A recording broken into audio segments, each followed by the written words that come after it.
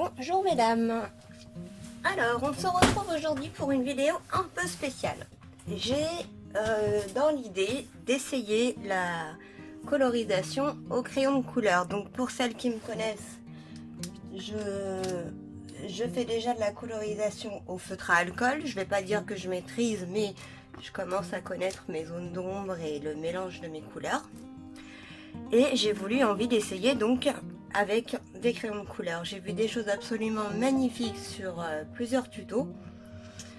Donc qu'on soit bien d'accord, je n'y connais absolument rien. C'est la première fois que je vais tester. Donc je ne vous apprends rien, juste je vous donne mon ressenti à la réception du matériel que j'ai choisi. En fonction évidemment des tutos que j'ai vus et des recommandations. Et je vais faire quelques essais sur différents types de papier que j'ai préparé en notant le type de papier, une feuille, un rond, 3 petits ronds. Je dis pas que je vais tout remplir, mais c'est le moment donc d'essayer cette nouvelle méthode. Donc je vais le faire en direct avec vous et vous me direz ce que vous en pensez et je vous donnerai mon ressenti sur la colorisation. Si dans ce que je fais ça ne vous convient pas ou si vous avez des conseils à me donner, n'hésitez pas. Je veux vraiment apprendre ce type de technique. Du coup, tous les conseils seront les bienvenus. Donc pour commencer, j'ai choisi de prendre la marque Arteza pour mes crayons de couleur, c'est-à-dire que c'est une des marques qui est un peu plus les plus recommandées sur les tutos des filles qui font donc de la colo, comme elles disent. Donc ça aurait pu être de l'Arteza, ça aurait pu être du Castellart, des feutres Castellart, des crayons à couleur, pardon, Castellart. J'ai choisi les Arteza, j'ai l'impression que c'est ceux qui sont un peu plus recommandés sur les vidéos.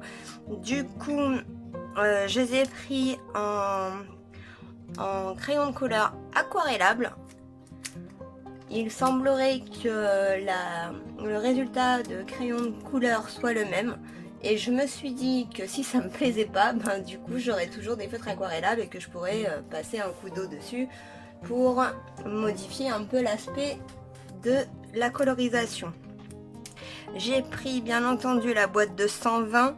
Il existe des boîtes de 36 et de 72. Pour pratiquer les feutres à alcool, je sais qu'on n'en a jamais assez. Donc j'ai choisi de prendre la gamme complète.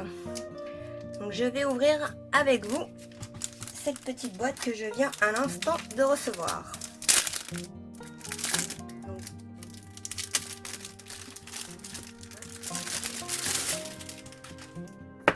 voilà.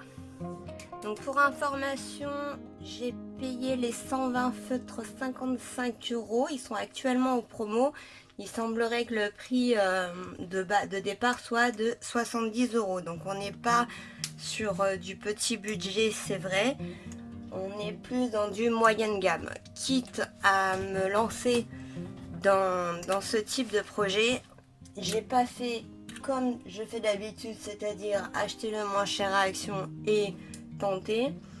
J'ai voulu être tout de suite bien équipée et avoir à dépenser des sous en fait une seule fois. Il y a beaucoup de choses que j'ai de chez Action et que je finis par acheter en marque parce que plus ou moins qualitatif chez Action, donc voilà.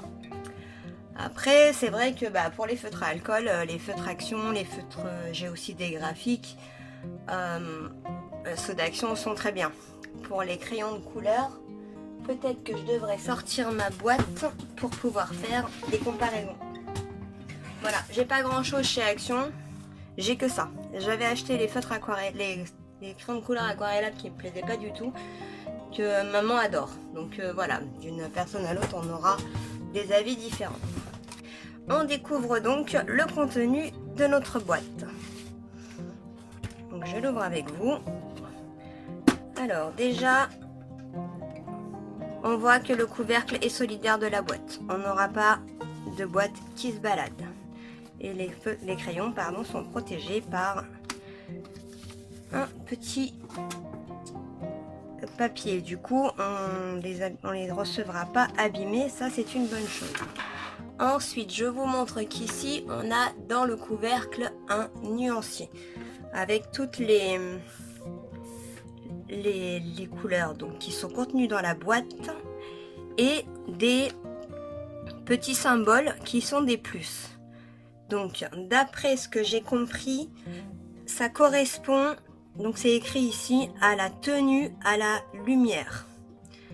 Donc, plus il y a des plus, et moins la tenue à la lumière est bonne. Donc en fait c'est ce qui vous permettra de définir si vous souhaitez par exemple faire un tableau qui sera en plein jour, vraiment face à une fenêtre.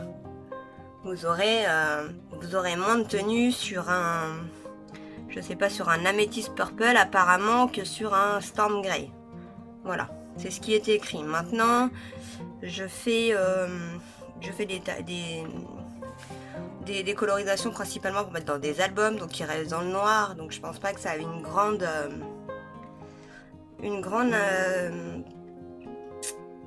comment dire, vraiment ça n'aura pas d'incidence, voilà, ça n'aura pas d'incidence sur le choix des couleurs, je pense que j'utiliserai en colorisation. Donc vous le voyez, c'est une boîte en métal qui se présente comme ceci avec toutes les couleurs. Donc on voit que les feutres, je vais pas y arriver, les crayons de couleur sont rangés chacun dans leur emplacement. Ils ne sont pas très pointus. D'après les filles qui font de la colo, il vaudrait mieux qu'ils soient très pointus quand on colorise. Donc je pense qu'il faudra que je leur passe un coup de taille crayon avant de m'en servir. Donc on a des très beaux crayons avec un revêtement brillant, du bois et la marque évidemment, la couleur et le code. Et c'est bien parce qu'ils ont reporté aussi sur le crayon l'indice de tenue à la lumière. Ça, je trouve ça plutôt pas mal.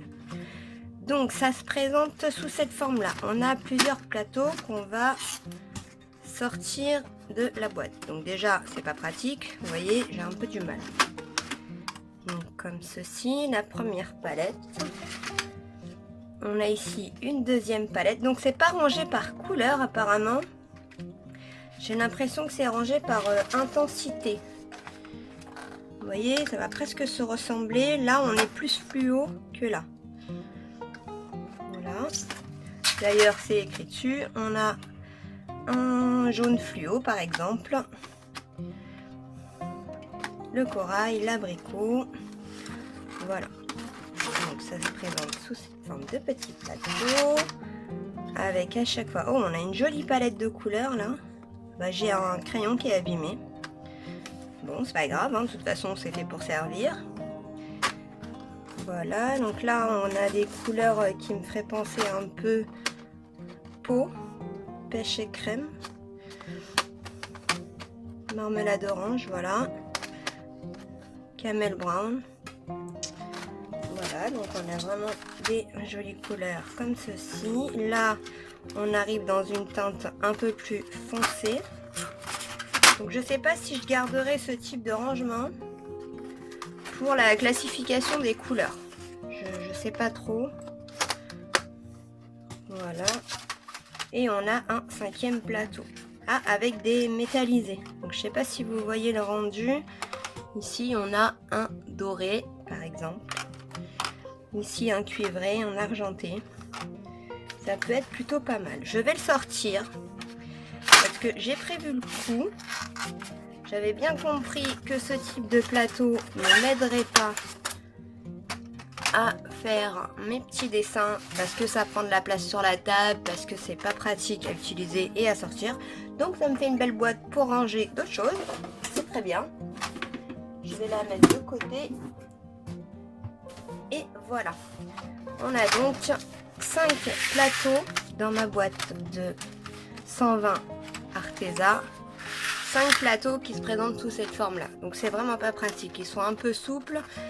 Et vous avez vu, hein, j'ai un peu galéré à les sortir. Donc voilà. Donc j'avais prévu le coup, comme je vous disais. Excusez-moi pour le bruit. Et du coup, j'ai commandé en même temps une pochette de rangement pour tous ces jolis crayons. quitte à y mettre le prix, il faut en prendre soin. On sait très bien qu'un crayon de couleur, ça doit pas tomber. Donc voilà. J'ai prévu de quoi les ranger. Donc c'est pas donné, j'en ai pour une vingtaine d'euros de la pochette.